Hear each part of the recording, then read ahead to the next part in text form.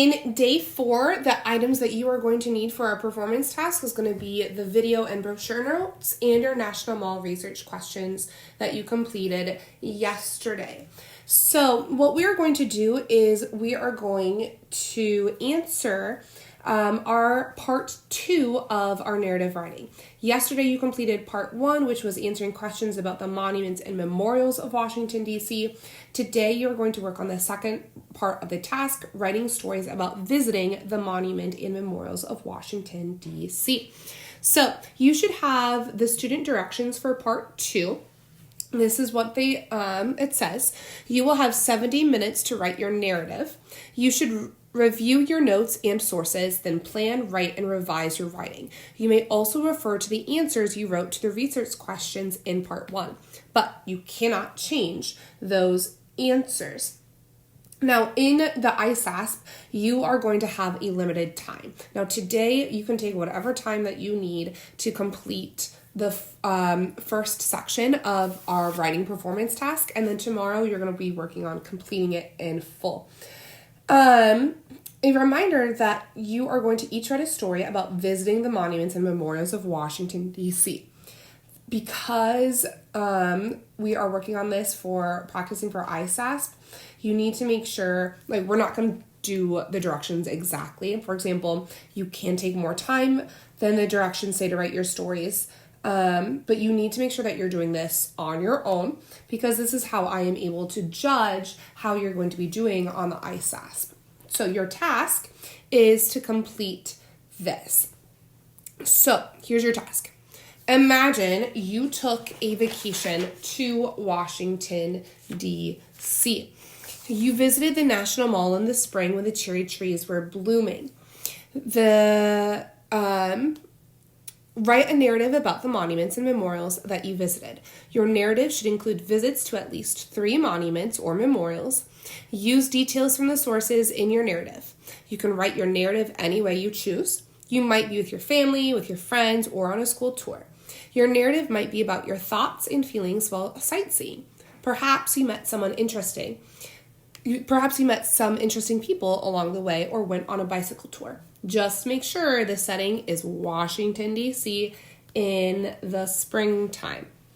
So we're going to be working on our narrative. Now, when you're doing this, you need to manage your time carefully during an ISASP. So you can plan your narrative, which should take about 15 minutes, write your narrative, which should take about 40 minutes, and then revise and edit for a final draft, which should take 15 minutes, making a total of 70 minutes. Now, you can use dictionaries to check spelling. We will be doing this on Google Docs, so you can use that. But during the ISASP, there is no autocorrect or no red squiggly lines when you're typing. So you're going to have to go back and read through, make sure everything is spelled correctly. So things to remember when you're doing this. When you are writing a narrative, you need to make sure you're establishing your setting and story early, making sure it's staying focused. So our setting, there's 2 parts. It's Washington, D.C. and the springtime.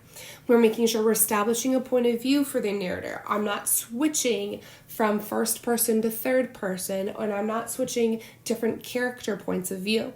You're staying focused throughout the narrative. You have a plot that develops logically. It makes sense. You use descriptions and sensory details. We're going to use those notes, those video and brochure notes, to help us use those sensory details of what we're seeing. You have a logical conclusion. Your language is appropriate to the purpose and the task, and you follow our rules. You follow spelling, punctuation, capitalization, and our grammar rules. So the first thing that we're going to do is we are going to plan before we start writing. So to do this, I want to think about which of the memorials and the monuments I would really want to go see. Before I even start writing, I'm going to think, which ones in my story do I want to see? In my directions, it says I need to list at least 3 different monuments and memorials. That means I need to have a minimum of 3 monuments and memorials. So go right now, choose your 3 memorials and monuments you want to include in this writing. Pause the video and then come back to it when you're ready. Okay, Hopefully by now you've chosen your 3 memorials and monuments that you are going to include in your writing. For me, I'm going to be talking about the Washington, D.C., the Washington Monument. Now, the cherry blossoms aren't a monument and memorial, but I'm going to include them. And then I'm also wanting to include the Lincoln Memorial, and I want to include the Vietnam Veterans Memorial as well. So those are the things that I'm thinking about when I am writing this out. So I'm going to model for you what the first paragraph that introduces the setting and the focus of the story might look like. Then you're going to go and you're only going to do the first paragraph today.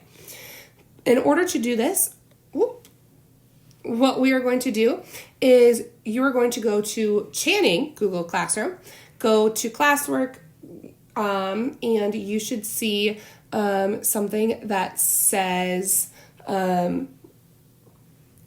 your narrative writing task. So let's go ahead and go to Google Classroom, and then you will see something narrative writing task. Okay, and the first thing that I'm going to do, we're going to open it up, and we're going to need to type. I think I'm going to have to open it up in a different way, so that way you can see kind of what we're doing as well. All right, let's see.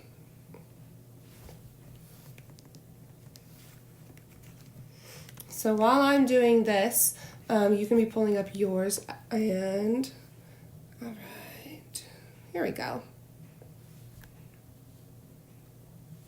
All right, so we're gonna go ahead and edit it. The first thing I need to do is I need to change my name, so I'm gonna type Miss Sarah, and my title is gonna be something like Washington, D.C. trip, making sure I'm spelling things out right, and then we're going to go ahead and we're going to type here. So when I'm thinking about this, I'm thinking about that my opening paragraph needs to introduce the readers to the setting and the focus of the story and make them want to keep reading. My story is going to be about an imaginary trip to visit my best friend Lainey in Washington, D.C. So, all right, during springtime, actually I want to write during spring break because we just went on spring break. I visited my best friend Lainey, who moved, and I'm not focused on making sure everything's spelled right now. I'm just getting my words out. Moved to Washington, D.C. with her family last summer. So I've hit that spring and I've hit Washington, D.C. I flew there on a plane all by myself using different types of sentences. It was a great trip. Now, the great trip shows that I understand this part, what I have, shows that I understood the assignment because my story is about visiting Washington, D.C. in the springtime. And I think the sentence, it was great, a great trip, will help readers get hooked and then make them want to know more about what happened on the trip. But I need to introduce the readers to the focus of the story, which is visiting the monuments and the memorials. So I'm going to write on the first day, and I'm going to type out all of my, I'm not going to write this. I'm not going to write first with the number. I'm going to use the word form because it just looks a little bit better, and you can get a higher score on your ISASP. Any number under 15 should be written out in word form. So on the first day, I went with Lainey and her parents to visit several monuments and memorials near the National Mall and Tidal Basin, making sure I'm capitalizing all of my proper nouns. Now, my next paragraph will describe what I saw when we arrived at the tidal basin and visited the Washington Monument. So I'm going to use the information from my notes in the brochure to describe the cherry trees. Now, I have my notes off to the side. Now, and I'm starting a new paragraph. This writing should be about 5 paragraphs. So remember, to start a new paragraph, you'll have your introduction that will hook your reader and introduce the setting.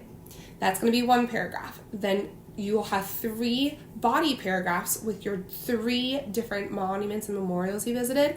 And then lastly, a conclusion paragraph. That should be 5 paragraphs. So I'm going to start a new paragraph. So I'm going to enter and I'm going to tab it over so it indents. Now my next paragraph is going to describe what I saw when we arrived at the tidal basin area and visited the Washington Monument. I'm going to use the information from my notes, which I have off to the side in the brochure, to describe the cherry tree. So I'm going to write, when we first, putting it in word form, first arrived at the tidal basin, I was so glad to be visiting the spring because there were cherry trees in bloom everywhere. In my notes, I put that they only bloom in spring, and then I also off to the side, remember I said I was grateful that I would be visiting in spring because I can see these cherry blossoms. So that's why it's so important that we went through and we described our thoughts and our feelings if we were visiting it. Now, I want to make sure that I'm using descriptions and details, and I have saying that the blossoms were pink and white, so I'm going to add that in. The pink and white blossoms were so pretty. I think that the description of the blossoms will help the readers picture this setting in their minds. So now I'm going to introduce the readers to the first monument because I haven't hit a monument yet. We visit, so I'm going to write, there were dozens of cherry trees in bloom near one of my favorite monuments. I'm going to put sites. One of my favorite sites, the Washington Monument, making sure I'm capitalizing it because it's a proper noun. Again, I'm not worried if I have things that are spelled wrong because I'm going to go back and I'm going to edit it. In my notes about the Washington Monument, I wrote that it is 555.5 feet tall, and I think that's an interesting detail to include. So, all right, I've seen many pictures of this monument, but seeing it in person was really amazing. It is so tall. The ranger told us, because remember I'm there with Lainey, that it is 555.5 feet tall. Now remember, 555 is higher than 15, so I can go ahead and type out the number form of that. I'd also like to include the information about the flags around the monument, so I'm going to write, there is also a ring of American flags around the monument.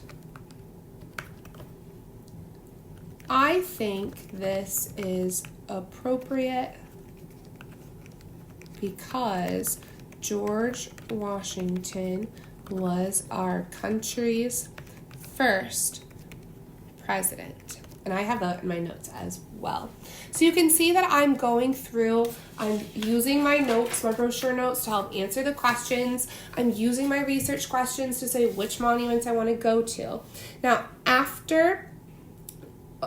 today what I want you to do during writing time is I want you to begin writing your own story. So what might you write about in your story today?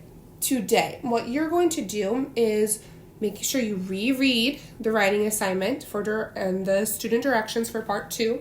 Write your opening paragraph that introduces the focus of your story and hooks the reader. Include interesting characters and events in the story. making sure you're including sensory details and other qualities of a well-written narrative in your story.